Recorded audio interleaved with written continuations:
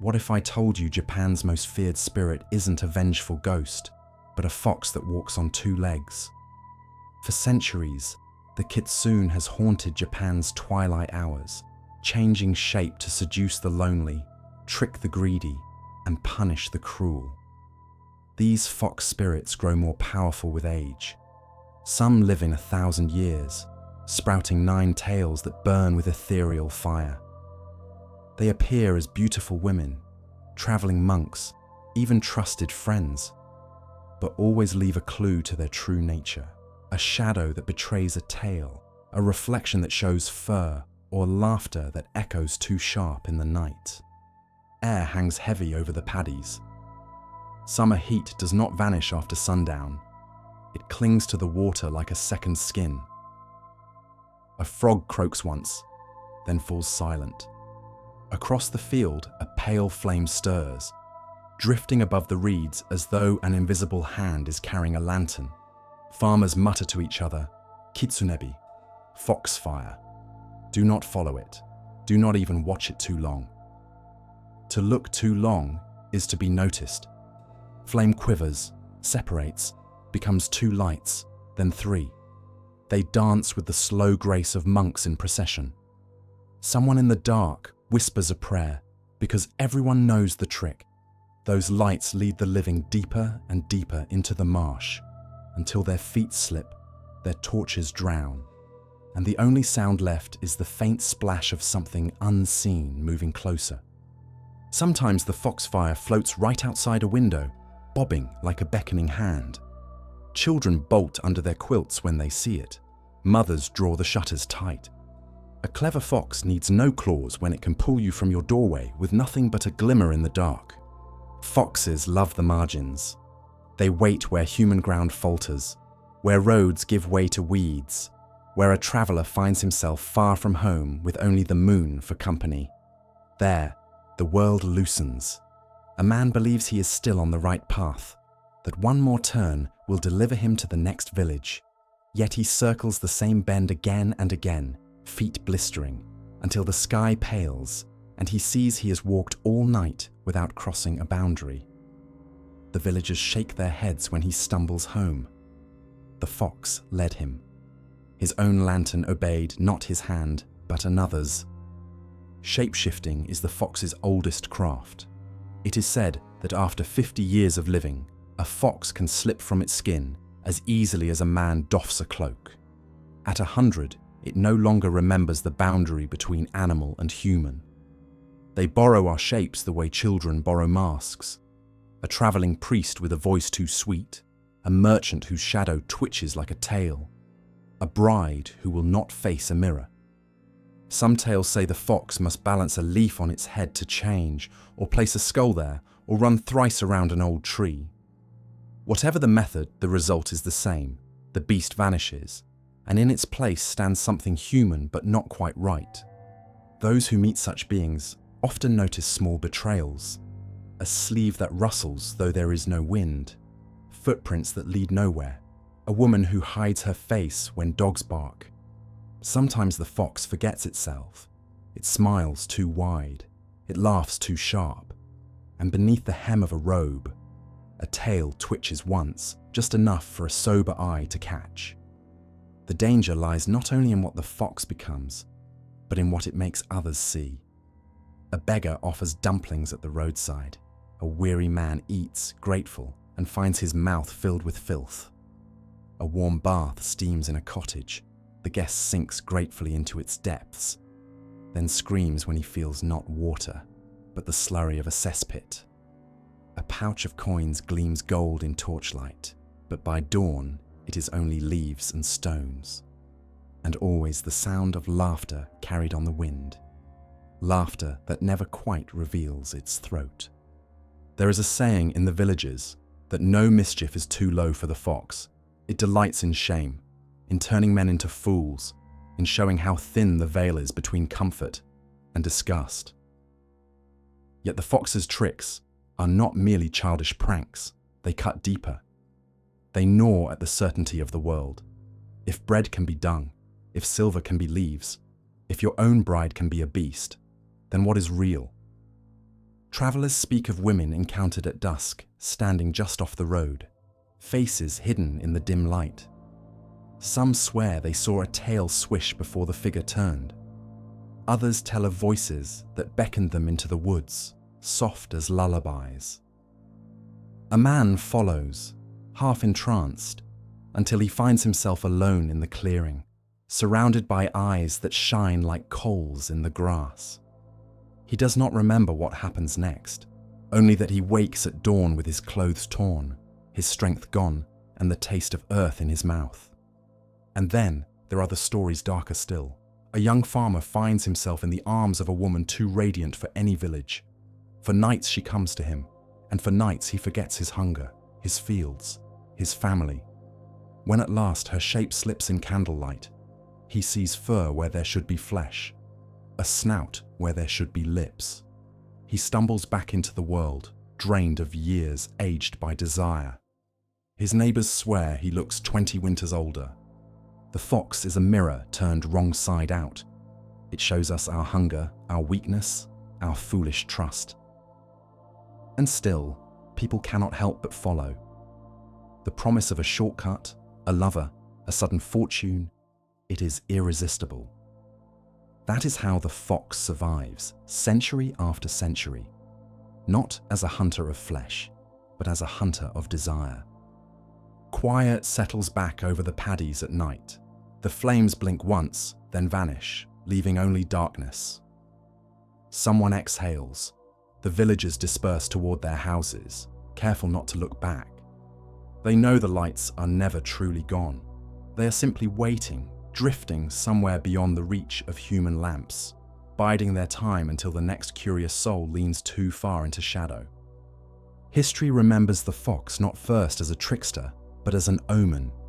Before the gossip of peasants, before the jokes about false coins and foul dumplings, the chronicles had already set the animal among the signs of fate. In the Nihon Shoki, the fox appears twice, once wrapped in light, once in shadow. One account speaks of a white fox seen in Iwami, its fur shining like hoarfrost in the dusk. No burro dared loose an arrow. The creature was not quarry, it was a revelation. Courtiers recorded the sighting with solemn strokes, priests pressed their foreheads to the floor, and common folk lowered their voices, as if even their breath might disturb the message carried in that pale pelt. To glimpse such a beast was to stand on the threshold of prosperity, for a white fox was thought to walk in step with the gods themselves. Not long after, another tale darkened the scrolls. A shrine was being raised, vines drawn across the ground by laborers' hands. Out of the brush sprang a fox, quick and sure, severing a creeping stem in its jaws. The onlookers froze. This was no accident, they knew. It was a cut laid against destiny itself. When Empress Saime died the following year, the omen was clear. The fox had already bitten the thread of her life. Two visions, opposite in meaning, yet bound together by the same creature. This is how the fox moves through Japanese memory. Neither wholly blessed nor wholly cursed, but suspended between extremes. Its presence is never neutral. A glimpse may foretell a harvest rich enough to fill every granary, or a ruin sharp enough to topple thrones. What no one can do is ignore it. That sense of unease bleeds into the old miracle tales as well. The Nihon Ryoiki, compiled by Buddhist monks, speaks of a man in Mino province who took a wife of unusual grace. She was dutiful, tender, faithful, and bore him a son. Yet each day the family dog snarled at her as if it saw beneath her skin. One night the beast lunged, and in her terror the wife's disguise slipped, fur bristling, eyes flashing, a fox crouched where the woman had stood. She fled, yet she did not abandon him. Every evening she returned to his side, keeping her vow to come and sleep. From that promise, some say, comes the very name, Kitsune, the one who always comes. The story unsettles because it refuses a single meaning. Was she deceiver or lover, spirit or wife, monster or mother? the tale offers no answer. It leaves the listener balanced on the same edge as the man himself, torn between gratitude and fear. Other traditions lean more heavily toward wonder. From the womb of another foxwife, folklore tells us, came Abe no Saime, the great Onmyoji, astrologer and sorcerer. His uncanny wisdom, his command of spirits, his sight into destinies, all of it was traced back to the blood of a foxwoman named Kuzunoha. In him, the animal crossed into human history, its cunning transmuted into magic that served emperors and shaped legends. But there are darker unions still, none more infamous than Tamamo no Mae. She entered the imperial court as a lady of surpassing beauty, voice as sweet as incense, skin flawless as porcelain. The emperor adored her, and his health withered under her gaze. Priests uncovered the truth.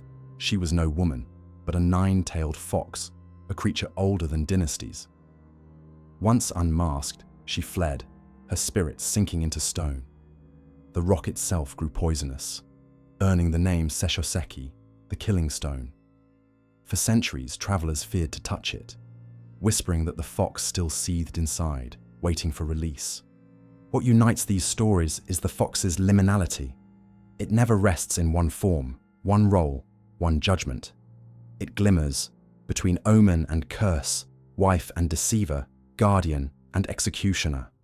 When the fox draws near, something will change. Though whether it is love or death, fortune or fire, none can tell. Even now, villagers say the sound of a fox's cry in the night is more than an animal call.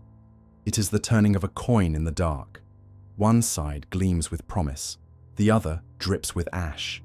Until the coin lands, the wise keep their shutters closed, their candles burning and their prayers ready. The warnings always began the same way. Do not trust a woman too beautiful, too sudden, too perfect in her kindness. The men who ignored such advice often found themselves caught in the oldest snare of all, the fox's embrace. In the villages, whispers circulate of brides who appeared from nowhere, with eyes bright as autumn stars and skin so flawless it seemed spun from moonlight. They cooked, they washed, they bore children, and for a time their households thrived. But every tale ends with discovery. A curtain sways open at the wrong moment, revealing fur. A dog bristles and bares its teeth, sensing what no human could. A slip of the robe exposes a tail, twitching like a living secret. The woman flees, leaving a bewildered husband clutching only memory. The Nihon Ryoiki, one of Japan's earliest Buddhist tale collections, preserves such a story. In Mino province, a man marries a gentle wife who gives him a son. Yet from the day of the child's birth, the household dog snarls at her without reason. One evening, startled past concealment, she shifts before their eyes, no longer wife, but fox, crouching low in shame. She runs, but the tale does not end with her departure. Each night she returns to lie by her husband's side, keeping the vow she made. I will always come. From this devotion, some believe, springs the name Kitsune itself, the one who comes again and again. This paradox is what makes the foxwife stories linger. They are not only tales of deception, but of devotion twisted into impossible shapes. The woman is real, and she is not. The marriage is true, and it is false. Children born of such unions often carry strange fates. Some legends say they grow into warriors with unearthly strength, or mystics with second sight. Others mark them as cursed, trapped between two natures that will never reconcile. The most famous child of a foxwife is Abe no Saime. History knows him as the Onmyoji, the diviner who could summon spirits, chart destinies, and bend unseen forces to his will. But legend insists his mother was no ordinary woman. She was Kuzunoha, a white fox who assumed human form after being rescued by Seime's father. She lived with him as wife, bore him a son, and kept her disguise until chance revealed her shadow, slender body, but with the long brush of a tail trailing behind. When she fled, she left a poem carved into the wall of her house, a farewell to husband and child, and a promise to meet again in the Shinoda forest. Even centuries later, playwrights wove her tale into puppet and kabuki dramas, making her departure one of the most mourned in Japanese lore. Yet not every foxwife is gentle. Some tales twist the motif into something crueler, more predatory. A lonely traveler meets a maiden on the road and shares a bed of leaves with her. By dawn, he is grey-haired, his vigor drained, as though years had been stolen in a single night. Others describe women of surpassing beauty who lure men into endless trysts, only for the lovers to wake disoriented, filthy, far from home, as though spat out of the dream. These are foxes not as wives, but as succubi, beings who feed on the life force of men who mistake desire for destiny. The most dangerous seductress of all is Tamamo no Mae. In the 12th century, she graced the imperial court with unmatched beauty. Learned, graceful, her presence lit the palace like gold leaf. The emperor adored her, and under her gaze his health withered. Suspicions grew, diviners were summoned, and the mask was stripped away. Beneath her flawless skin crouched a fox with 9 tails, a spirit so ancient it had already toppled dynasties in China and India. She fled the palace, but could not escape fate. Hunters brought her down, and her spirit sank into stone. That stone became cursed, called Sesoseki, the killing stone, where birds dropped lifeless from the sky if they perched upon it, and travelers died after a single touch. For centuries, no pilgrim dared linger near it, lest the breath of the vixen still curl from its cracks. Such stories struck deep because they touched a nerve every household feared, that love itself could be a mask. A woman could be faithful for years, bear children, keep a home, and still prove to be something other, something alien. To marry was to open the door to both devotion and doom. The foxwife tales made that terror flesh. But the fox is not only predator. In some legends, her love softens the curse. She returns each night to the man she cannot abandon, even after being unmasked. She leaves behind children who carry not only strangeness, but greatness. She gifts dreams of poetry, knowledge, even fortune, to those who treat her kindly. The tension never resolves. Foxwives are both betrayers and benefactors, deceivers and saints. That tension is what makes them dangerous to remember. They do not fit neatly into good or evil. They tempt, they terrify, they inspire, and above all, they remind us how easily intimacy can blur into illusion. Picture the wedding rituals whispered about in villages, a sudden sun shower falling on an otherwise clear day. Farmers say this is the fox's wedding. Processions of invisible brides and grooms thread through the rain, unseen except for the odd glint of a lantern, the echo of laughter in the mist. Woe to the mortal who spies upon such a celebration. The foxes are jealous of their secrets, and an uninvited guest may find himself blind, cursed, or driven mad by what he glimpses. The foxwife stories, the weddings in the rain, the killing stone, they're all variations on the same theme. The fox loves to wear the skin of intimacy.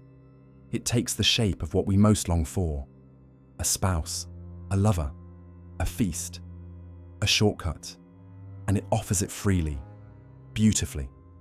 But the price is always hidden. Sometimes it is shame. Sometimes it is death. Sometimes it is a bloodline that will never quite belong to either world. And so, when villagers see a stranger too flawless to belong, when a dog snarls without reason, when the rain falls from a bright sky, they murmur the same word, with both longing and fear: Kitsune.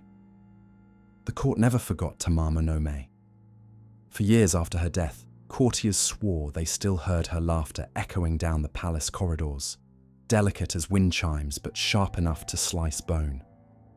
Poets whispered her name with trembling pens, for she embodied every fear and desire at once, beauty without flaw, love without limit, and a death that poisoned earth itself. The Sesoseki, where she lingered, became a pilgrimage site of dread. Monks in saffron robes would not touch it. Hunters would not sleep within its shadow. And yet people came. They came to stare at the stone that killed, to whisper prayers, to leave offerings as though flattery might soothe the fox still trapped inside. Her story made the empire itself uneasy. If the emperor could be deceived, could be hollowed out by desire, what hope had the common man? Women laughed in doorways, men drank too deeply, and every time a wife turned her face from the firelight, some part of her husband wondered whether a tail flicked behind her in the dark. Not all fox wives ended in catastrophe. Some tales speak of marriages that lasted years, even decades without betrayal. The women bore children, managed households, guided their husbands through famine and hardship. When their secret came out, they wept not from shame, but from the inevitability of departure. Once the truth was known, they could not stay. These departures were often marked by poems or songs left behind, brief fragments of longing, carved into beams or sung into empty rooms. A promise of return, a reminder that the fox heart loved, even as it deceived. The story of Kuzunoha lingers because of such tenderness. She lived as wife and mother until chance betrayed her shadow, revealing the tale she could not hide. She vanished, but before leaving, she inscribed a farewell poem, a plea to remember her not as beast, but as beloved. Her son, Abe no Saime, would carry her legacy into legend, mastering the hidden forces of the cosmos. In him, the fox's love became power, and that power shaped destinies for centuries. Yet gentleness and ruin stand side by side. Other stories tell of fox women whose touch devours the years of their lovers. A single night leaves a man hollow-eyed, his hair turned white, his strength drained as though he has lived another lifetime in her arms. Some die within days, smiling still, as if the memory of beauty outweighed the cost. Desire is a hunger that blinds. The fox feeds on that blindness. In villages, mothers warned their sons, any woman met alone at dusk may be more than she seems, especially if she is too beautiful, or if she appears too eager, too generous. Foxes are patient hunters. They do not strike with claws. They strike with comfort, with intimacy, with the illusion that you are wanted. Even the weather conspires to remind people of this truth.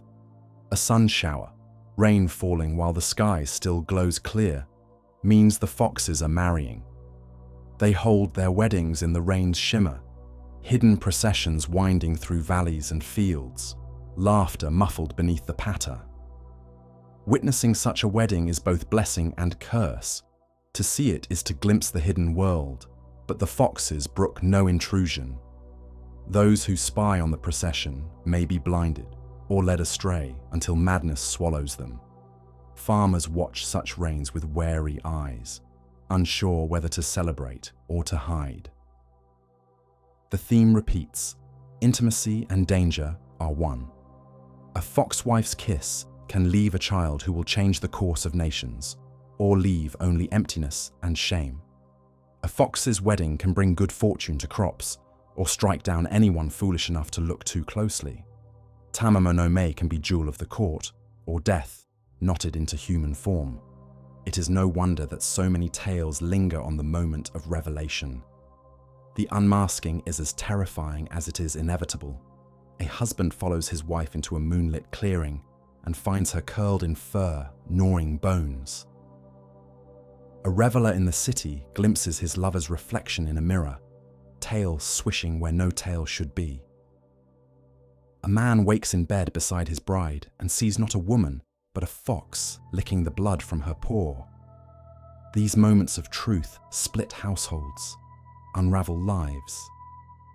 Yet they also bind the listeners to the story, for everyone secretly longs to know whether their own love could withstand such a revelation. The fox is not only a deceiver of men, In some tales, she is a deceiver of gods themselves. One story claims that fox spirits tricked even Dakiniten, the Buddhist goddess who rides a white fox, by disguising themselves as her attendants. Others whisper that Inari's sacred messengers once took human form to marry mortals, mingling divine blood with human lines. Here, the fox ceases to be only a trickster and becomes a bridge between mortal, spirit, and deity, an agent of chaos but also of transformation. Every foxwife tale turns on the same knife edge. Can love survive knowledge? For the men in the stories, the answer is almost always no. The moment the tale is glimpsed, the marriage is undone. Yet for the foxes, the answer is more complicated. They return at night. They leave poems carved in wood. They give birth to children who change the world. They promise, in their own way, that the bond was not a lie, even if the skin that wore it was. But no matter how tender the memory, the fear remains. When the wind shifts and a cry carries across the fields, people shiver. It might be only an animal, or it might be something else, calling out in a voice too close to human, too filled with longing. The fox still walks in the places where desire and fear touch, and she wears our faces better than we dare admit.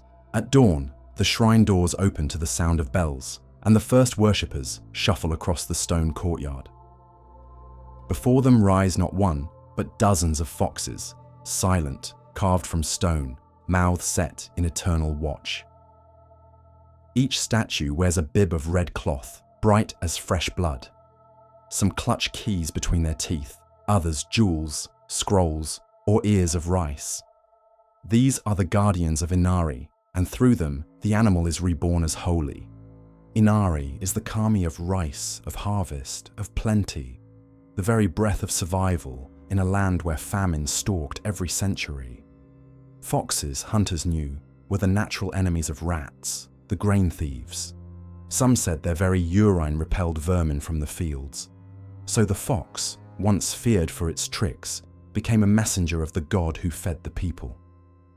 At Fushimi Inari Shrine in Kyoto, worshippers left offerings of Abura age, fried tofu said to be the fox's favorite, and prayed for good harvest, safe childbirth, even wealth. For them, the fox was no longer a deceiver, but a guardian with 9 tails of flame. Still, even in this sanctity, suspicion lingered. The very same creature that carried the prayers of peasants to Inari could also slip into homes at night and seize a body. Kitsunetsuki, fox possession. The word itself carried shivers. A daughter grew pale, stopped eating, spoke in voices not her own. A wife began to twitch, to scratch at her skin, to mutter words that no one had taught her. A son laughed without reason, his eyes too bright, too sly. Families whispered, "A fox has entered them." The cures were never simple. Priests trained in Shugendo marched through doorways with sutras, their chants heavy as iron. Smoke filled the rooms, drums pounded, and the afflicted convulsed until a voice hissed out, thin, sly, not entirely human. "Feed me," the fox would say through cracked lips. "Rice, fish, sake, leave them out, and I will go." Some possessions were banished with offerings, others only with fire, and some never left at all, leaving families ruined, daughters mad, sons broken. In Izumo, people spoke of Kitsune mochi, fox owners. Certain households, it was said, had tamed fox spirits as familiars. These families prospered beyond reason, their barns full, their rivals stricken with misfortune. To marry into such a line was taboo, for the foxes would follow, growing in number with each union until they consumed the clan itself. Neighbors crossed the street rather than share breath with a Kitsune mochi. No proof was needed. The suspicion was enough to stain a family for generations. Sometimes the possessing fox was said to be tiny, small enough to slip into a bamboo tube. They called it kudagisune, the pipe fox. Hidden in containers, it whispered secrets, carried out curses. gnawed at the spirit of enemies. Others named them Osaki or Ninko, spirits no larger than a weasel but invisible to all but their masters. To command such a creature was power and a curse. Power, because no rival could match the reach of an invisible familiar. Curse, because the fox demanded food, blood, or attention, and without it, it turned on its keeper. Even the holy shrines carried this unease. People brought their sick to the priests of Inari, begging them to drive out the fox that gnawed at a daughter's belly or whispered in a son's ear. And though the priests served the very deity whose messengers were foxes, they did not deny the darker face of the beast. They admitted the paradox openly. Some foxes guarded, others destroyed. Some carried prayers, others devoured souls. The line between them was as thin as smoke. Travelers told of Yamabushi, ascetic mountain priests, who claimed to command foxes of their own, the Kiko, or air fox. Summoned with breath and mantra, these spirits could scout, spy, even wound. People feared these priests as much as they revered them. To cross one was to invite ruin, not from the man himself, but from the unseen fox at his shoulder. In the villages, the fear went deeper. A girl who laughed too much, who wandered the fields at night, who spoke with sudden wisdom, she risked being called fox-ridden. A boy who grew strange in puberty, silent, sly, might be suspected as host. These suspicions could isolate families, turn neighbors into enemies, and sometimes the suspicion was enough to summon the very madness it feared. The more one was called fox-possessed, the more the body broke under the weight of belief. And yet, paradox, again. There are stories of fox possession that ended not in ruin, but in blessing. A girl taken by a fox gained the gift of prophecy, speaking truths she could not have known. A boy, ridden by a fox, learned music so haunting that villagers swore it was not his fingers, but the spirit playing through him. Even in madness, the fox gave gifts, though they were gifts one paid for in sleepless nights and whispered dread. So the fox became sacred and cursed in equal measure. At the shrine, it wore a red bib and carried jewels for Inari. At the hearth, it slipped into daughters' throats and husbands' hearts, bending their voices to its own. It stood at the crossroads between devotion and fear, never allowing the people to decide which face was its true one. When a fox barked outside a house at night, mothers hushed their children and fathers stoked the fire higher. Some prayed, believing the call was Inari's messenger passing by, a blessing for the family. Others shuttered their doors, afraid the bark was not a blessing but a warning, that the spirit lingered outside, waiting for a crack in the wall, a chink in the soul. Both responses were right. Both were wrong. That was the fox's way. When ordinary remedies failed, families turned to ritual. A daughter shrieking in a stranger's voice, a son refusing food while whispering demands for fish and sake. These were signs not of illness, but of intrusion. The afflicted were said to be ridden, hollowed out by a presence that bent their bodies to its will. And so the family called for help. Miko came first, shrine maidens trained to bridge human and unseen worlds. They arrived barefoot, carrying bells and white paper wands, faces set with solemnity. Inside the darkened house, they sat before the patient and began to sway, their voices rising in chants older than any medicine. Soon the maiden's body trembled, her breath quickened, and she claimed the spirit had entered her instead. Through her mouth, it confessed its hunger, its grievances, its whims. Feed me rice cakes, pour me sake, give me a bed, and I will leave your child. Families obeyed. Sometimes the spirit departed.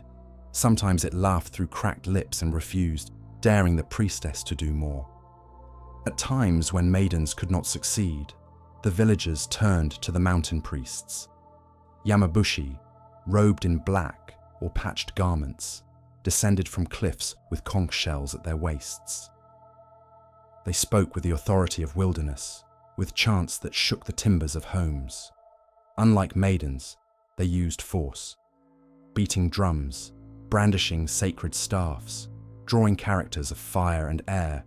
They sought to drive the spirit out as one might drive smoke from a room. The patient writhed and shrieked.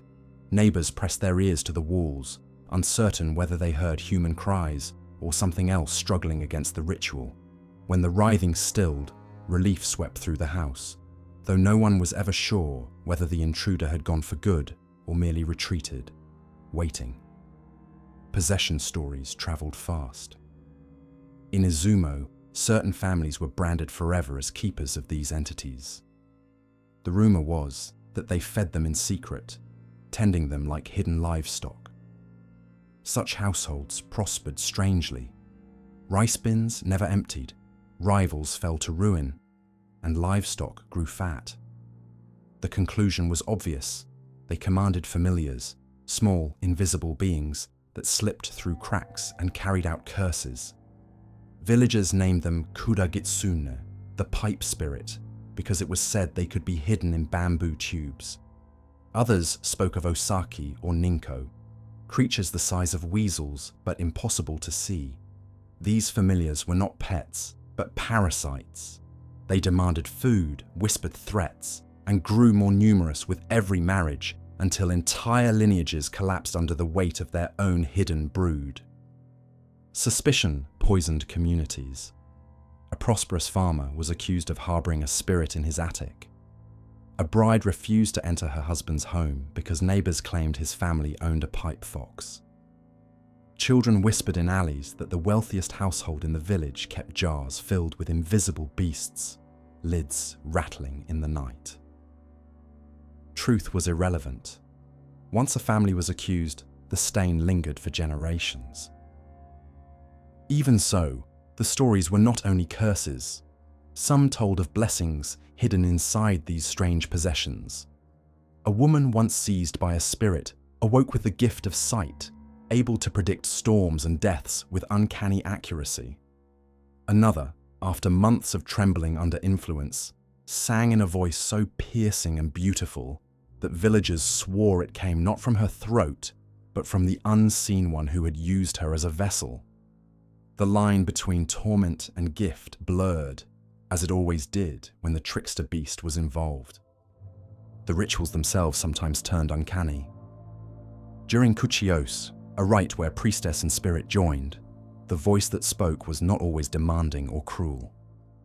Sometimes it mourned. Sometimes it pleaded. "Do not cast me out," it might cry through the maiden's lips. "I am lonely. I only wish to share warmth." For families who heard such words, pity mingled with terror.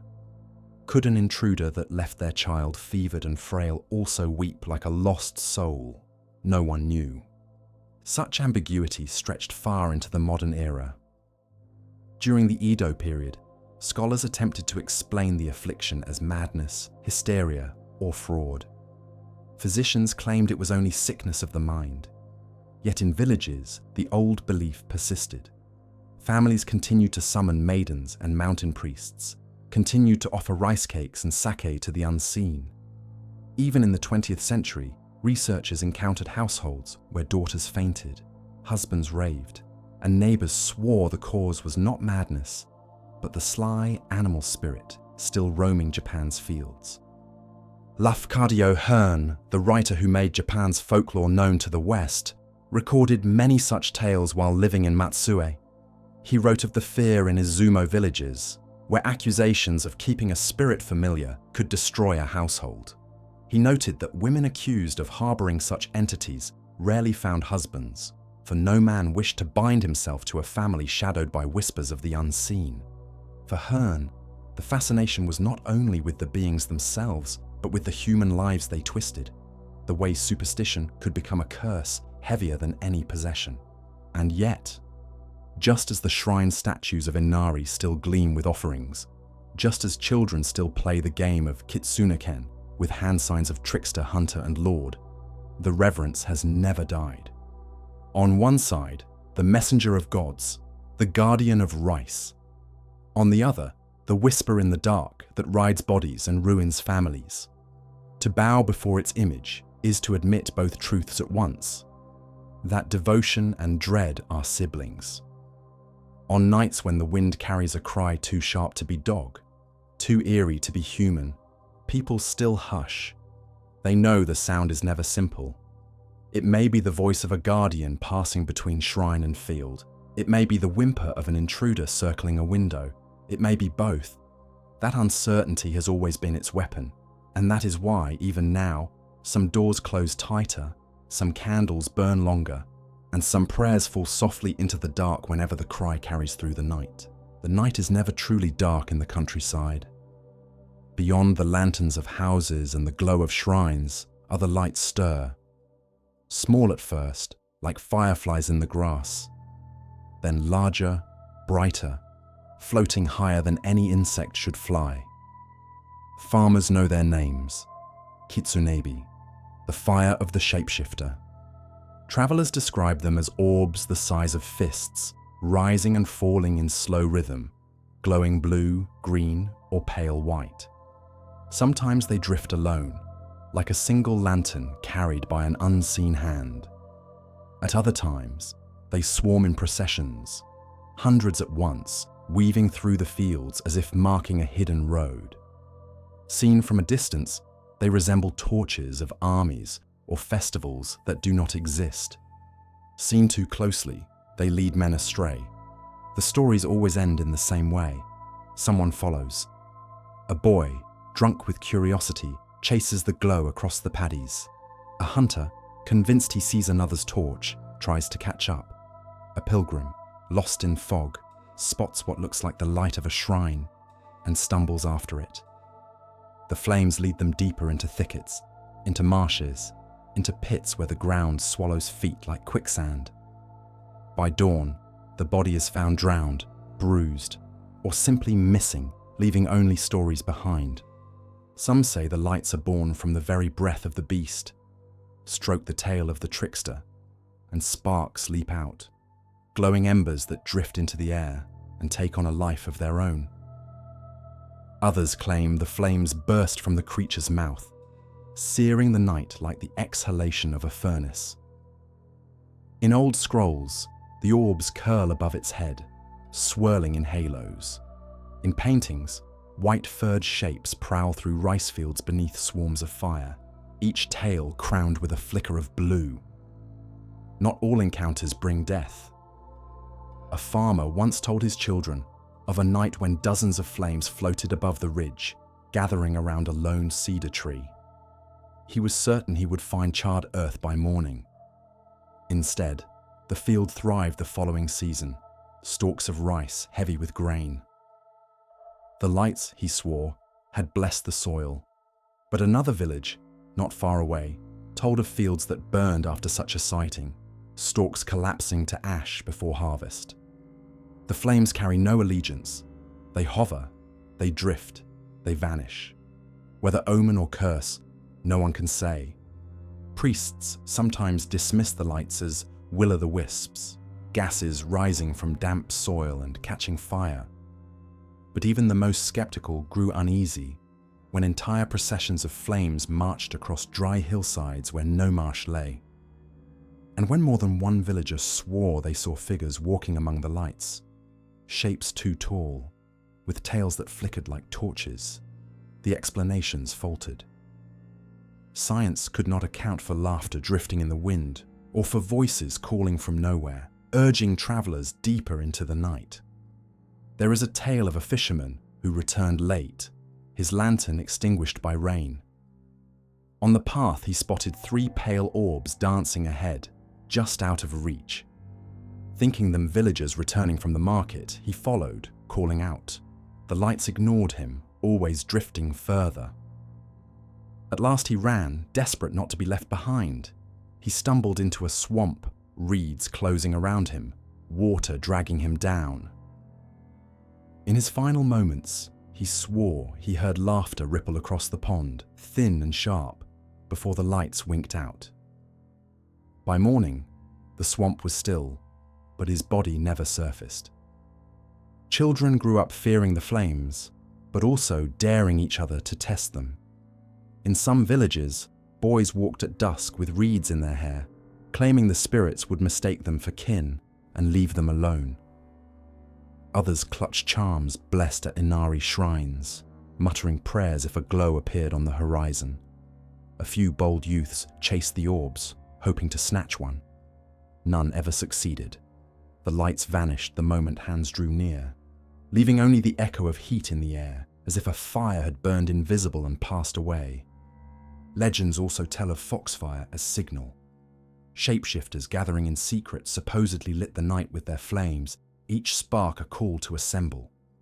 To glimpse hundreds of orbs in the distance was to spy upon a wedding procession of the unseen, or a council of spirits deep in revelry. The wise did not intrude.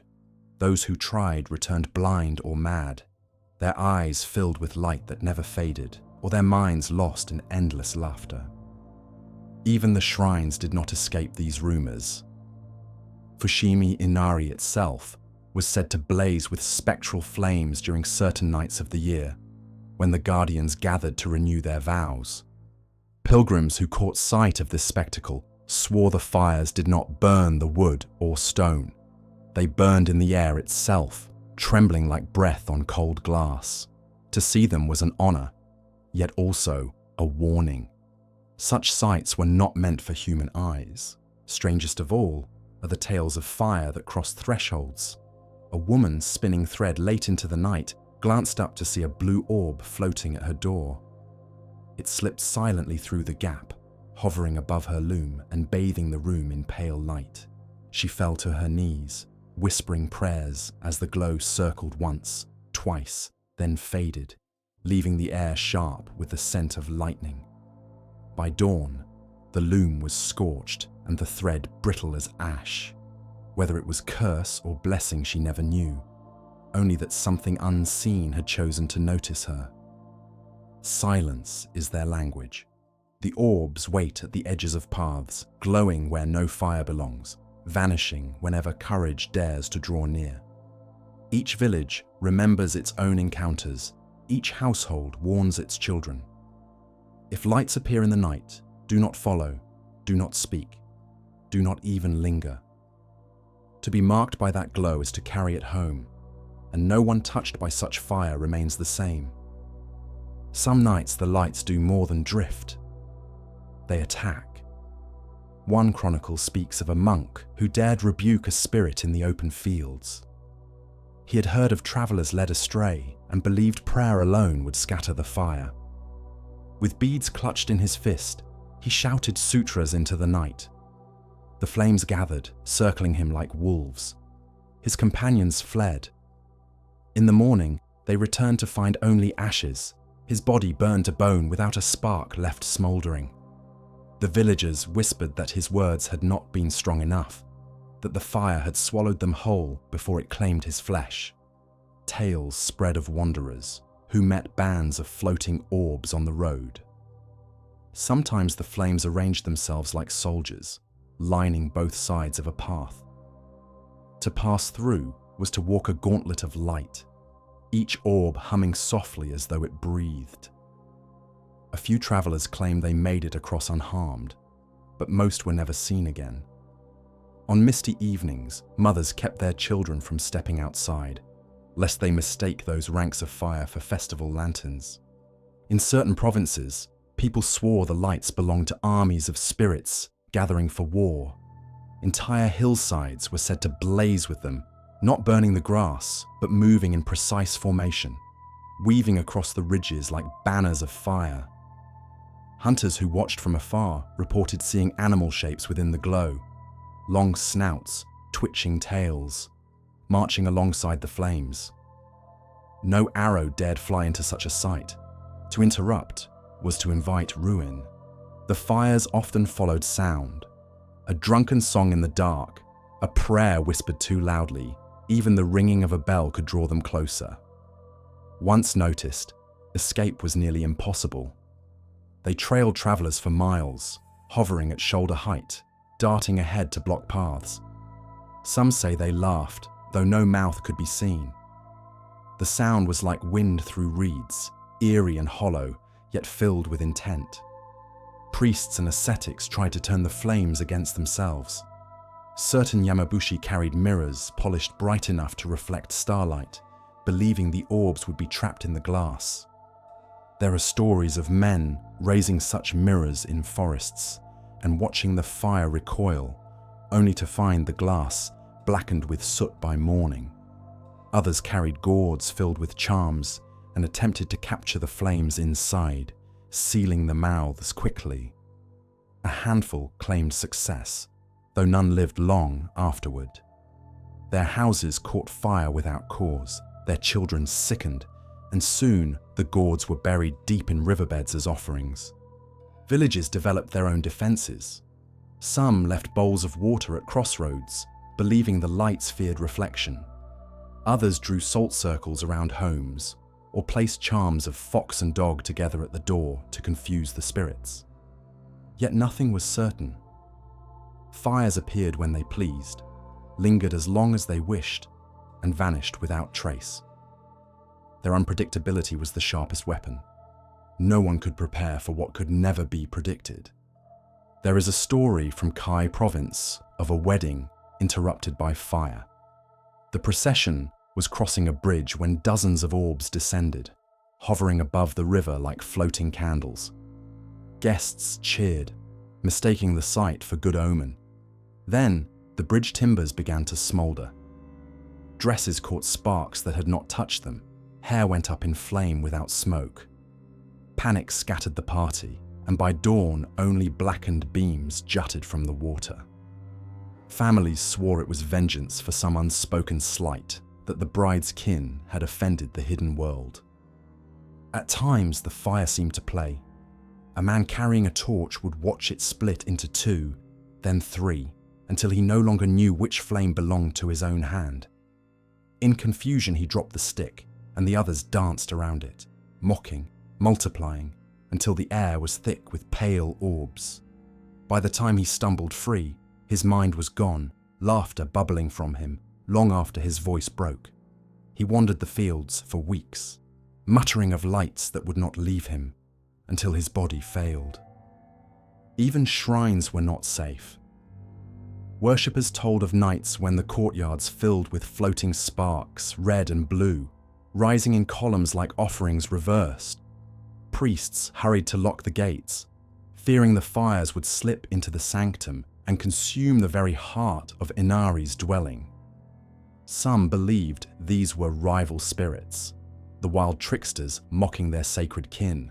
Others claimed they were messengers, demanding attention that humans could not understand. Either way, the sight left temples rattled for months. What made the flames unbearable was their silence. No heat, no smoke, no crackling sound of burning wood, only glow and movement.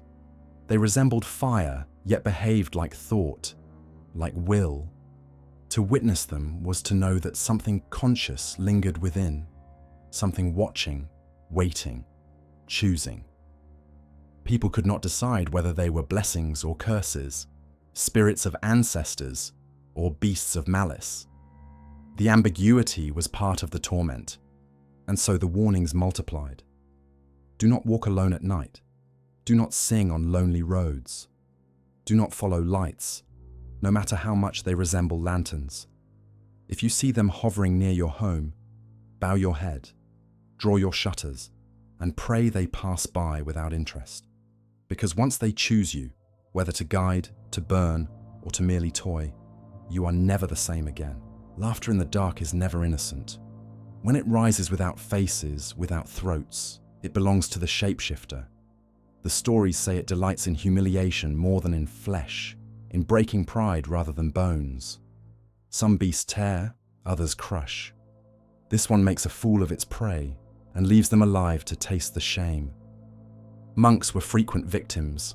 Their robes marked them as holy, but holiness is brittle when tested by hunger and lust. One tale tells of a priest lured to a roadside cottage where a maiden prepared him steaming bowls of rice. He blessed the food, lifted chopsticks, and swallowed filth.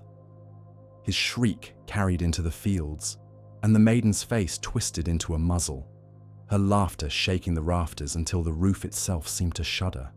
By morning, the priest wandered back to his temple with dung still clinging to his lips.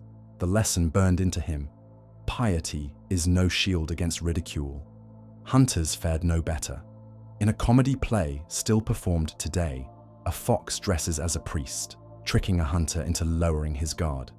But other versions tell the story more cruelly. The hunter sees what looks like a holy man, follows his advice, and finds himself snared in his own traps, strung up and mocked while phantom laughter circles the trees. Sometimes he returns to the village naked, his clothes scattered through the forest as trophies. Sometimes he never returns, leaving only a circle of paw prints and ashes where the fire once burned. The shapeshifter's favorite game is transformation. Coins gleam like treasure, until daylight reveals them as leaves. Dumplings taste sweet, until the tongue learns they are dung. Even entire homes vanish. A weary traveler sees lamplight, hears children laughing, smells stew. He enters, eats, sleeps. At dawn he wakes cold in a ditch, head resting against a stone, his mouth filled with mud. The house was never there. The family was smoke. Only the laughter was real. Still, the being is not all mockery. It carries its own code. Harsh, exacting, but a code nonetheless. To wrong it is to invite fire and ruin. To show mercy is to be remembered. One tale from Kai province tells of a farmer who discovered a litter of cubs stealing grain from his barn. His neighbors urged him to kill them, to hang their pelts as warning. Instead, he let them go. That winter, when his field should have withered, it thrived, heavy with grain while others starved. His neighbors muttered envy, but none dared act against him, for they knew the trickster remembered debts as clearly as slights. The other side of that justice is darker. A samurai once hunted a vixen for sport, driving her across rivers and through forests until she collapsed. He laughed, struck her down, and carried her pelt home. Days later, his mansion burned. Witnesses swore flames rose without kindling, fed not by wood, but by vengeance. They saw the samurai himself walking in the inferno, his eyes vacant, his lips curled in the same smile he had worn when he delivered the killing blow. Only ash remained by morning. People whispered that the vixen had merely changed shape again, this time into fire, and consumed what was hers to claim. Revenge does not always arrive so swiftly. Some stories describe long patience, a cruelty that ripens slowly. A merchant cheats a stranger on the road. That night his warehouse fills with noise, scurrying feet, snapping boards, whispers in the dark. Grain spoils, goods vanish. He hires guards, but they fall asleep on duty, lulled by unseen voices. Soon, the merchant is ruined, his fortune gone. His neighbors know better than to pity him. They say the stranger he cheated had eyes too bright, too sly, and a shadow that flicked like a tail. The balance of favors is equally relentless. A nobleman once dreamed of foxes crying outside his home. He awoke unsettled, ready to order their extermination. But in his dream, one begged for mercy, and in waking, he stayed his hand. From that day, the cries lessened, until they sounded only when fortune approached. Guests began to remark, "Each time the foxes wail, something good follows." The nobleman smiled, knowing he had traded death for prophecy. His household prospered, not despite the spirits, but because of them. Masks of comedy hide faces of dread. Even the light-hearted plays, where hunters fool the deceiver with bait of fried mice, carry an edge of warning. The laughter of the crowd may be hearty, but underneath it lies the fear that they too could be led astray, mocked, stripped of dignity by forces unseen. Humor is a shield, and the stage a safe place to glimpse terrors without being consumed. But once the curtain falls, the real night waits outside, filled with cries and footsteps in the grass. In every region, The tales vary, but the pattern holds. Humiliation for the proud, vengeance for the cruel, reward for the merciful. Unlike demons that destroy without reason, the shapeshifter judges. Its law is not written, not spoken, but lived in trick and curse. And though the judgments often sting, people admit their justice feels sharper, more honest than the rulings of men. What unsettles most is the intimacy of the punishments. No army marches, no storm falls from the sky. Instead, a man bites into dung believing it's sweet. A bride lifts her veil to reveal fur. A house burns without firewood. These are not distant disasters, but private humiliations, precise and tailored. They strike at pride, at dignity, at the fragile shell of certainty. They remind mortals that power watches, laughs and answers, slights with teeth made not of iron, but of ridicule. And so laughter in the night remains feared. It carries no warmth, no joy. It is a blade sharpened on human folly. When it echoes from fields or forests, the wise close their doors, bow their heads, and whisper apologies into the dark. Whether or not they are guilty, they confess. For one never knows when the trickster has chosen them for its next lesson. There is a story of a magistrate who prided himself on severity. He punished thieves with merciless fines, mocked beggars, and ordered the killing of strays that prowled the town's edges. One autumn, he condemned a vixen caught near the granaries, declaring it vermin. The carcass was displayed in the square as warning. That night, voices rippled through his chambers, high-pitched, mocking, circling his bed. He lit lanterns and saw coins scattered across the tatami, gleaming gold. Greed overcame fear. He scooped them into his sleeves. By morning they were nothing but dry leaves. His laughter turned to wailing, and the leaves dissolved into dust. The following week, the storehouse burned without flame. Witnesses swore the fire was blue, hovering like mist, eating the grain until the fields lay barren. The magistrate did not last the winter. Such tales teach that cruelty multiplies. An insult to the spirit is not repaid in equal coin. It grows, ripens, and returns sharpened. A man who strikes may find his hand shriveled. A family that mocks may find its voices stolen. Members struck mute while laughter echoes from unseen throats. Punishment rarely arrives in public. It enters bedrooms, kitchens, private corners, reminders that no wall can keep the trickster out once its judgment is set.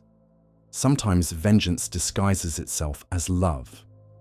In one tale, a samurai became enamored of a woman who appeared each evening at a garden gate.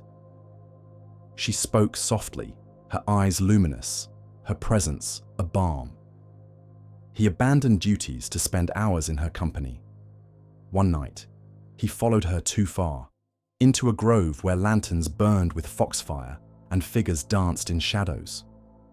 When he tried to seize her hand, she slipped into her true shape and vanished.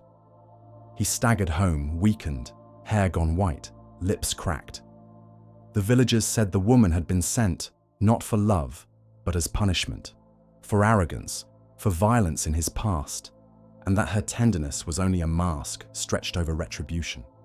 The shapeshifter's justice often unfolds slowly, over seasons. A merchant cheats a widow, shaving weight from rice, charging twice for what should cost once. At first, nothing happens. His coffers swell, his family feasts.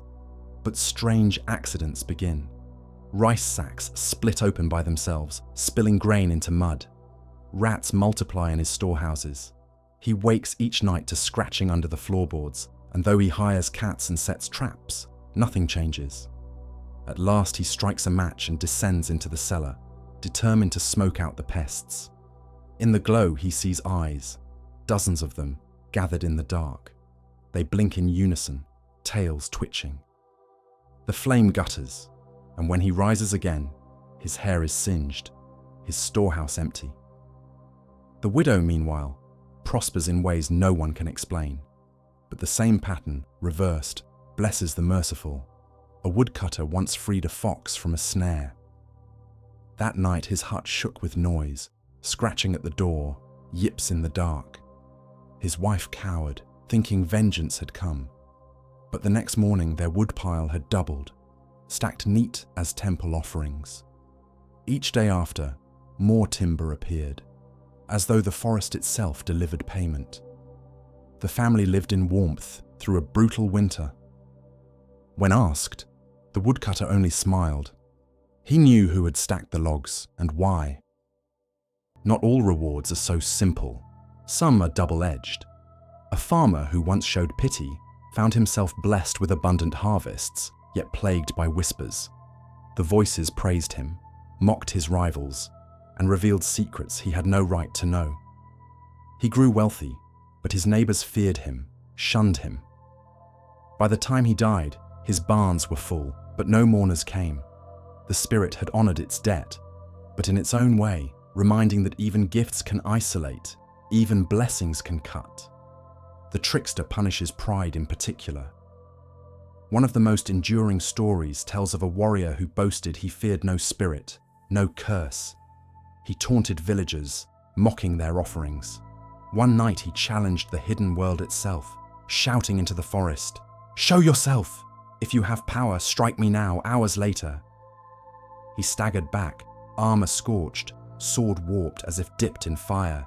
His voice was gone, never to return. He lived in silence for the rest of his days, a walking warning carved into flesh. The people did not laugh. They whispered. For to challenge the unseen is to invite it, and invitation is binding. Even jest carries danger. Children sometimes dared each other to call the spirit's name at crossroads, to clap and demand it show itself. A few claimed they saw shapes flit through the grass, tails brushing dew, eyes bright as coals. Others never returned from such games. Their parents wailed, but the villagers shook their heads. The children had played with powers that do not forgive mockery.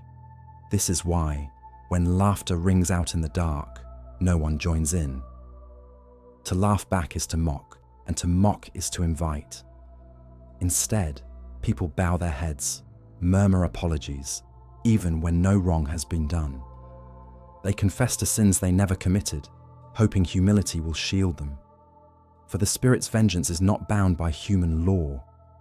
It does not require guilt, only opportunity. Justice in these tales has a texture, sharp, ironic, inexorable. A miser is drowned not by flood, but by gold that turns to mud. A liar is exposed not by witness, but by his own tongue twisting into nonsense. A murderer finds himself haunted not by ghosts of his victims, but by endless laughter that frays his sanity. Always the punishment fits the pride, exaggerated until it breaks. And, at the center of it all, lies balance. Mercy returned, cruelty punished, pride cut down to size. That is the rhythm, the heartbeat of these stories. When villagers gather by firelight and tell them, it is not only for entertainment. It is warning, instruction, memory. They remind each listener that justice is not always the domain of courts and rulers. Sometimes it prowls on four legs, slips into homes unseen, and answers arrogance with mockery that leaves scars deeper than wounds.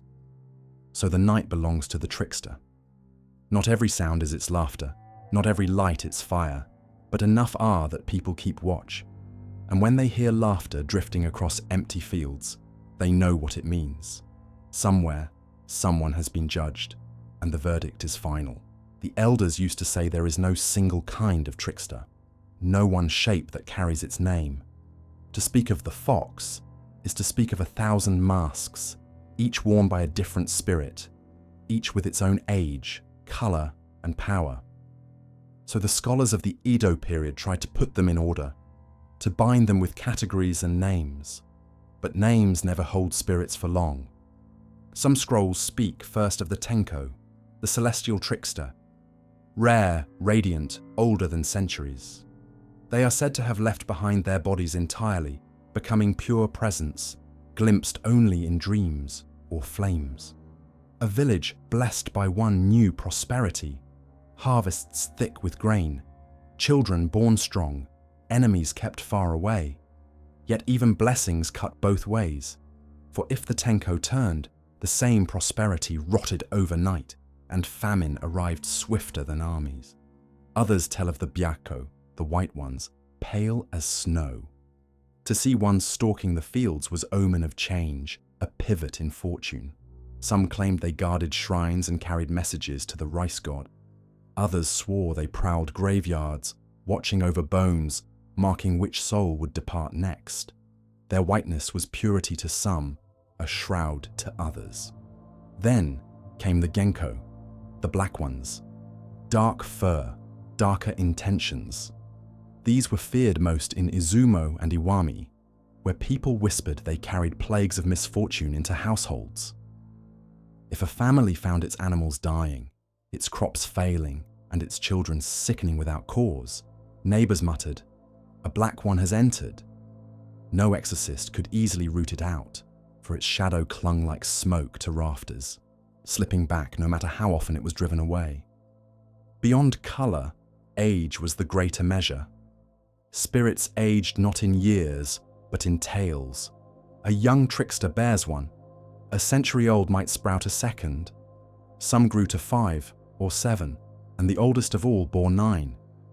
Each tale gleamed like fire in the dark, and each one brought new powers. To face a 9-tailed being was to face a creature that had lived 1,000 years, drinking centuries like water, devouring kingdoms as though they were meals. It is from China, the stories say, that the 9-tailed myth crossed the sea. The Tianhu, the celestial fox, turned immortal at 1,000 years, and from it descended the Japanese tales of the Kyubi no Kitsune.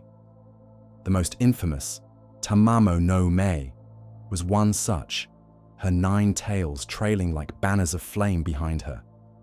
She toppled emperors, burned dynasties, shattered courts. When her spirit sank into the killing stone, people whispered that the stone pulsed with 9 fires, even in silence, one for each tail severed, yet still alive. But the tales are not their only treasure. Older stories speak of the jewel, the Hoshi no Tama, round, glowing, carried at the tip of the tail or clasped between teeth. To see such a jewel was to glimpse the very soul of the creature. Some said the jewel contained its power to transform. Others said it was life itself, torn from the body and held outside in shining form. To steal it was to command the spirit, but at terrible risk. For the owner would pursue without rest, claws sharper, fury hotter, until the jewel was restored. Those foolish enough to keep it often withered away, cursed by the absence of its true master. Legends tell of monks who captured jewels and locked them inside temples, the stones flashing with phantom fire until they were returned. Villagers told of samurai who snatched the orb from an unsuspecting spirit, only to be driven mad by voices whispering inside it. In art, the jewel gleams like a small sun, glowing against dark fur. In ritual, it is spoken of like a tsintamani, the wish-fulfilling gem of Buddhist lore. Its light promises abundance but also death. And what of those who claimed to see the spirit's true body in transformation? Some said the jewel was used in the very act of shifting. To become human, the beast placed the orb on its head or swallowed it, letting the light bend flesh and bone. Without it, they were trapped in animal form, powerless to deceive. This is why stealing the orb was so dangerous. It was not only theft, but mutilation, leaving the spirit half-formed, clawing to reclaim itself. Not all believed the classifications, not even then. Lafcadio Hearn wrote later that the scholars' neat hierarchies meant little to peasants, who cared less about celestial ranks than about the laughter in the fields at night. Yet the lists survived, because humans longed to put chaos in order, to pin names onto what slipped through fingers. To label one Tenko and another no Kitsune was to pretend they could be distinguished, controlled. In truth, every encounter was unique, every mask tailored to the victim before it. Still, the images endure. the snow-pale guardian at the shrine gate, the shadow-dark spirit rotting barns, the blazing nine-tailed queen disguised in silks, the jewel glowing like a captive star. They are fragments of a larger truth, that the shapeshifter is infinite, always older, always hungrier, always more powerful than the last story can hold. And when villagers gathered at night, staring into firelight, they counted tales in their stories like beads on a rosary. 1 tale, 2, 5, 9. With each, the danger grew, the laughter sharpened, the fire burned brighter. And somewhere out in the dark, something old and waiting listened, its tail stirring, its jewel glowing softly, hungering for the next name to be added to its long, long list. No power unnerves mortals more than the art of transformation. To change one shape for another is to break the contract of the world, the quiet agreement that what the eye sees is what exists. The shapeshifter breaks this law with ease. Old tales say it learns the craft with ritual. Place a skull on the head, and the flesh will ripple, stretching into new form. Balance a leaf there, or reeds, or strands of waterweed, and the body melts into another guise. Some insist the creature must leap in circles around a tree, 3 times, 9 times, until the earth itself grows dizzy. Then, in a blink, where a fox once crouched, stands a woman with eyes like river stones, or an old monk with staff in hand. Yet even the most practiced illusion falters. Every village knows the signs. A tail that twitches under robes, betraying the beast. Ears that remain too sharp. Eyes that glimmer in lamplight. Some say the reflection in water cannot lie. A woman gazes into the pond, and the image that looks back is a fox with wet fur and bared teeth. Others claim the shadow will reveal the truth, long and narrow, tail curling behind, though none is visible in flesh. Dogs are the harshest judges. No disguise deceives them. They snarl, hackles raised, and the pretender trembles. Many stories hinge on this moment. The husband, realizing the wife he cherished, leaps back in terror at a household dog, her form slipping to reveal fur. No holy text is needed, no priest to uncover the truth. The animal unmasks the animal. People, of course, devised defenses. Some carried charms carved with snarling dogs, hoping the sight alone would force the deceiver to falter. Others avoided women who traveled alone at dusk, fearing they might be something else. Men were warned never to drink too deeply in the company of strangers, lest they wake beside a lover whose body was not entirely human. Suspicion became survival, and survival bred suspicion. Yet suspicion is a fragile shield. Even the devout could be tricked. A monk in one legend kept vigil all night, reciting sutras. At dawn, a beautiful maiden approached with food, offering it as gift. The monk, suspicious, demanded she reveal herself. She smiled, set down the tray, and left. When the monk bent to eat, he found not rice, but horse dung, steaming fresh. His prayers had not saved him from mockery. Faith, the stories remind, is no armor against cunning. Transformation is not limited to human form. The creature takes shapes from nature itself, a tree too tall for the grove, arrows sinking deep into its bark until it bleeds, a boulder that shifts when touched, only to leave behind paw prints in the dust, a child crying at the roadside, vanishing when carried too far. Even entire villages sometimes prove illusions. Travelers spend a night in comfort, eat and drink well, then wake in an empty field, their host nothing more than grass bent by wind. The jewel plays its role here too. Some say the glowing orb is needed for transformation, the key that unlocks the new skin. Without it, the beast is trapped, unable to shed fur for flesh. Steal the jewel and you steal its power. Yet such theft is perilous. The orb burns in human hands, whispering voices, searing flesh, showing visions of lives unlived. Many who clutched it too long lost their sanity, speaking in tongues, until their neighbors feared to approach. To hold the jewel is to hold the soul of another being, and no mortal hand is steady enough for that weight. Even when the disguise holds, desire gives it away. A woman too eager, a man too generous, a stranger too beautiful. Excess is suspicion. The creature cannot help but overplay, because it is not human at its core. Its hunger leaks out, whether for rice, sake, or flesh. Those who know this watch for excess and turn away when it appears. Yet many do not. They see generosity and crave it. They see beauty and chase it, and so they fall. There are stories of transformations gone wrong. One beast attempted to mimic a child, but the eyes remained too old, too knowing. Another took the form of a priest, but forgot to hide the whiskers bristling along the jaw. Villagers laughed, but laughter is dangerous. Humiliation cuts both ways, and those who mocked too openly sometimes found themselves marked, led astray, cursed, or visited by fire.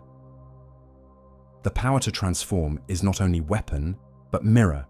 It shows men their desires as much as it hides the spirit's shape. The traveler who longs for comfort sees an inn. The lonely farmer sees a wife. The greedy merchant sees gold. What deceives them is not only magic, but hunger in their own hearts. The creature exploits that hunger, weaving it into flesh until the lie feels truer than truth. Some tales whisper that those who resist the illusions may glimpse deeper truths. A peasant, pure of heart, sees through disguise at once, recognizing fur beneath silks. A monk in meditation knows the maiden before him is shadow, not woman. Such figures remind audiences that clarity is possible, though rare, and that wisdom can pierce deception where suspicion fails. But even then, those who see clearly often pay a price: exile, fear, or madness. For truths revealed are not easily born. So the power endures, never fading. To change form is to unsettle the foundations of life itself. What is wife? What is husband? What is child? What is coin? None of these are certain once the shapeshifter moves among them. And when villagers glance at shadows too long, when they stare into firelight and wonder whether the guest at their hearth is truly human, they feel the weight of that uncertainty. The world becomes fragile. Faces become masks, and even their own reflections grow suspect. That is the greatest trick of all. Not the change of shape itself, but the change of mind it leaves behind. Once you have been fooled, you never trust sight again. You suspect every kindness, question every shadow. The beast does not only win in the moment, it wins in the aftertaste, in the way the world bends crooked once the illusion has slipped. And so villagers pass the warnings on to their children. Do not trust the stranger at dusk. Do not follow voices into the woods. Do not accept gifts too freely given. The shapeshifter thrives where doubt and desire meet, and it is always listening for the next heart ready to believe. The stage lights flicker, and the mask enters. Painted wood, white face, long ears, narrow eyes. The crowd stills, for they know what it means. The spirit has come among them, not in the dark fields this time, but here, in the ordered world of theatre. And yet, even in the safety of performance, unease crawls through the air. Everyone knows the masks are not inventions. They are mirrors of something waiting outside. In the No drama, Kuzunoha, the fox mother bows before her child, her disguise slipping. The actor's movements are slow, ritualized, but the pain feels real. She carves her farewell poem onto a pillar, promising remembrance, and the audience weeps openly. They are not only mourning a character, they are mourning every secret, every hidden truth, every moment when love proved impossible. The story is ancient, but the ache is immediate. On other nights, laughter takes the stage. In Kitsune, a hunter fools the spirit with fried mice, turning the tables on the deceiver. The audience erupts, relieved, but it is nervous laughter. Everyone knows that in life the trickster always has the last laugh. The play is safety, a rehearsal of terror. Beyond the curtain, the real one waits, and no bait can capture it. Art preserves what words cannot. Woodblock prints from the Edo period show ranks of foxes gathering at night, their tails blazing with kitsunebi. One by Hiroshige depicts New Year's Eve in Oji, where people believed the spirits assembled each year beneath a tree. The print glows with dozens of pale fires drifting above the snow. Buyers hung such images not just as decoration, but as wards, hoping that to display the danger was to keep it contained. Even now, museums hold those prints, and visitors lean close, shivering at the same orbs that once haunted farmers' paths. The weather itself keeps the memory alive. When rain falls through sunlight, children laugh and shout, "It is the fox's wedding." The phrase slips easily from lips, playful, almost affectionate. Yet adults glance at the sky with a trace of wariness. To name the weather after spirits is to admit they still walk beside us, hidden in processions of invisible brides and grooms. The superstition carries on in every sun shower, a reminder that the line between omen and ordinary life is thin as a veil of rain. Shrines ensured survival of the reverence. Fushimi Inari in Kyoto is a tunnel of red torii gates, each leading deeper into a mountain haunted by stone guardians. Thousands of carved foxes crouch there, mouths holding keys or jewels. Visitors leave fried tofu, rice wine, coins, prayers. Some come for wealth, others for children, others for protection against unseen forces. They bow to carved stone, but none mistake the gesture for empty ritual. The eyes of the statues, worn smooth by rain, still gleam with something more than stone. Not all worshippers are devout. Some visit out of habit, others from curiosity. Yet almost everyone bows before leaving.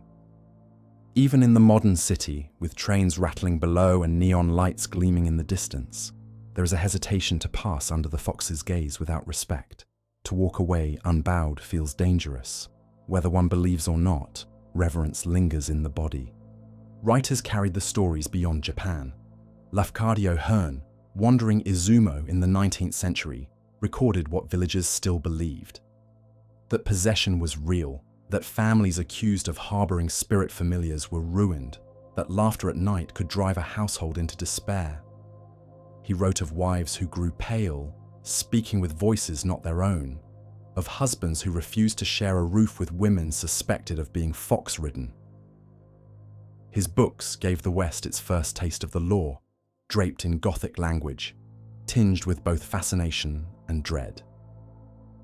Through him, the trickster crossed oceans as easily as it had once crossed fields.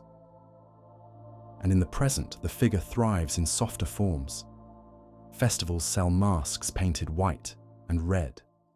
Children wear them, giggling, chasing each other through lantern-lit streets. Sweet buns are shaped like pointed faces. Animations and comics retell the stories, painting the spirit as playful or heroic, sometimes tragic. Yet even softened, the core remains. A fox that takes human form, a tail hidden beneath a robe, a fire that burns without smoke. These motifs still send a ripple through audiences, a shiver that no humor can entirely erase. The city provides new hunting grounds. Neon glows in puddles like phantom fire. Alleyways echo with laughter that may or may not be human. Reflections in high-rise windows distort, long and narrow, as if tails twitched behind the shapes that pass. People brush these things aside as accidents of light, tricks of sound. But the old part of their mind, the part raised on warnings, remains uneasy. Belief endures not only in rituals and stories, but in habits too small to notice. A stranger too beautiful at dusk still draws suspicion. A house where fortune grows too quickly still earns whispers of spirit help. A sudden illness, strange behavior, unexplained laughter, these are still met with a shadow of the old explanations, even if lips never speak them aloud. Superstition survives because it works like the shapeshifter itself, hidden, waiting, ready to reveal itself when the moment is right. The trickster remains attractive because it is double-faced. It terrifies, yet it also fascinates. It punishes cruelty, yet it rewards kindness. It mocks arrogance, yet it offers wisdom. To speak its stories is to admit the world is not stable, that every encounter may carry a mask. People need such stories, for they remind them to stay humble, to stay alert, to remember that pride has a cost.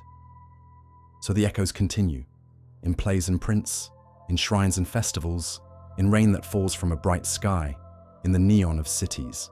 The shapeshifter is never one thing, never confined to a single role. It is a seductress, a guardian, a deceiver, a messenger, a fool, a judge. And through every change, through every mask, its eyes remain the same. Sharp, bright, waiting. When night falls, when laughter drifts through streets empty of people, when lights flicker where none should be, those who know the stories lower their heads. They whisper apologies, even when they have done no wrong. Because they understand what the old tales taught. Once the spirit notices you, once you are drawn into its game, no amount of disbelief will save you. Legends end, but the presence lingers. That is the paradox of the shapeshifter. Every mask falls away, yet another waits beneath. Even now, in the age of glass towers and trains that rush like thunder, people feel it close at hand. A story that has lasted for more than 1,000 years does not vanish. It adapts. In rural districts, whispers of possession still surface. A girl collapses in her classroom, muttering words in a voice older than her years. The family takes her to doctors, but when no sickness can be named, they turn to the old ways. A priest leaves offerings of rice and tofu at the shrine, muttering prayers into the wind. By morning, the child rises, pale but whole, and no one speaks of it again. The village shrugs, but beneath the shrug lies recognition. The world has not outgrown its hidden inhabitants. Superstition slips easily into daily life. When someone grows too wealthy too quickly, neighbors mutter that a hidden ally must be at work, an unseen familiar feeding fortune. When a stranger's kindness seems too perfect, too eager, old fears stir. Perhaps there is a tail twitching beneath the robe. A sudden shower on a bright day makes office workers smile and say, almost playfully, "The foxes are marrying." But though the words are light, the old caution has not vanished. Eyes glance at the sky, feet hurry indoors. The shrines stand as anchors between belief and denial. Inari's red gates stretch upward into mountain fog, each one painted by hands long dead, each one carrying the weight of devotion. Pilgrims climb the steps, past stone guardians draped in red bibs, their mouths set in eternal watch. They whisper prayers for fertility, wealth, protection. They leave tofu, coins, folded papers. The offerings may seem quaint to tourists, yet to those who kneel, they remain necessary.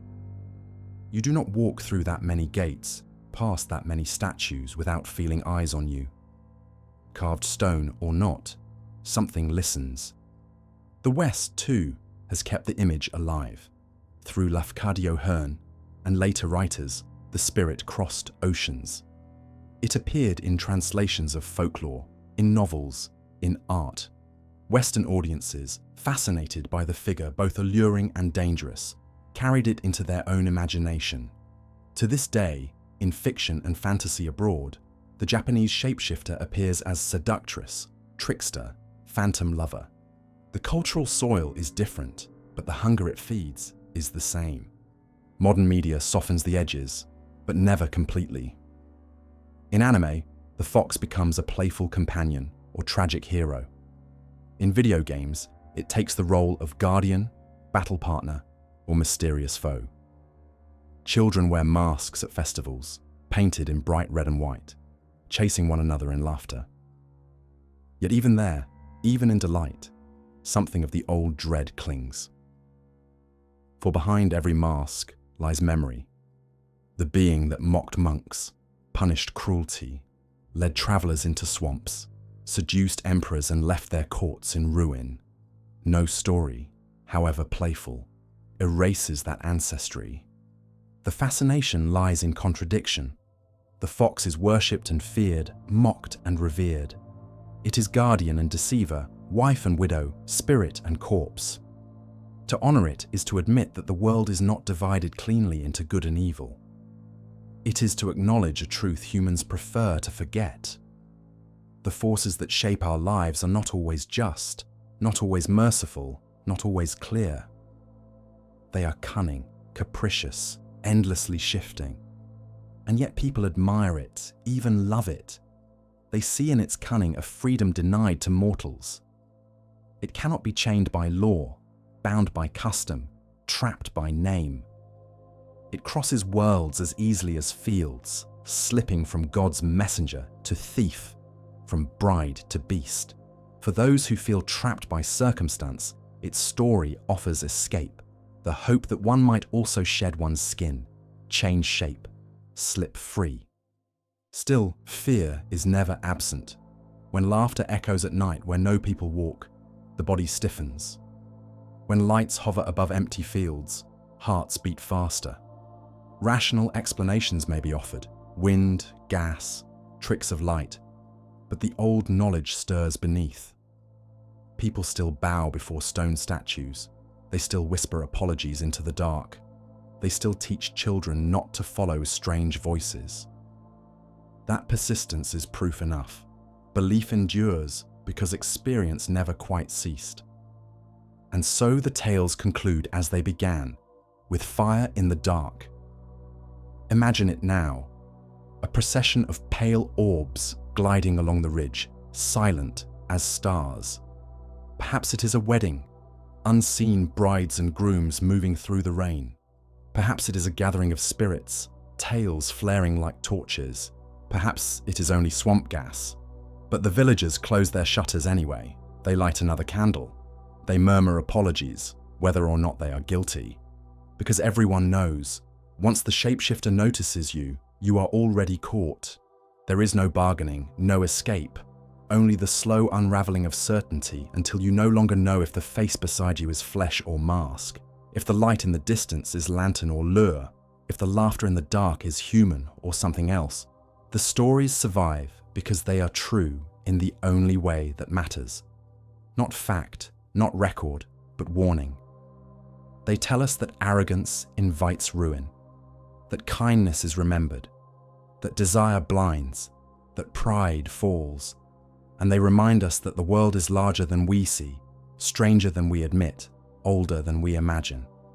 So the fox lingers, in shrines and plays, in prints and films, in festivals and fears, always changing, always laughing, always waiting.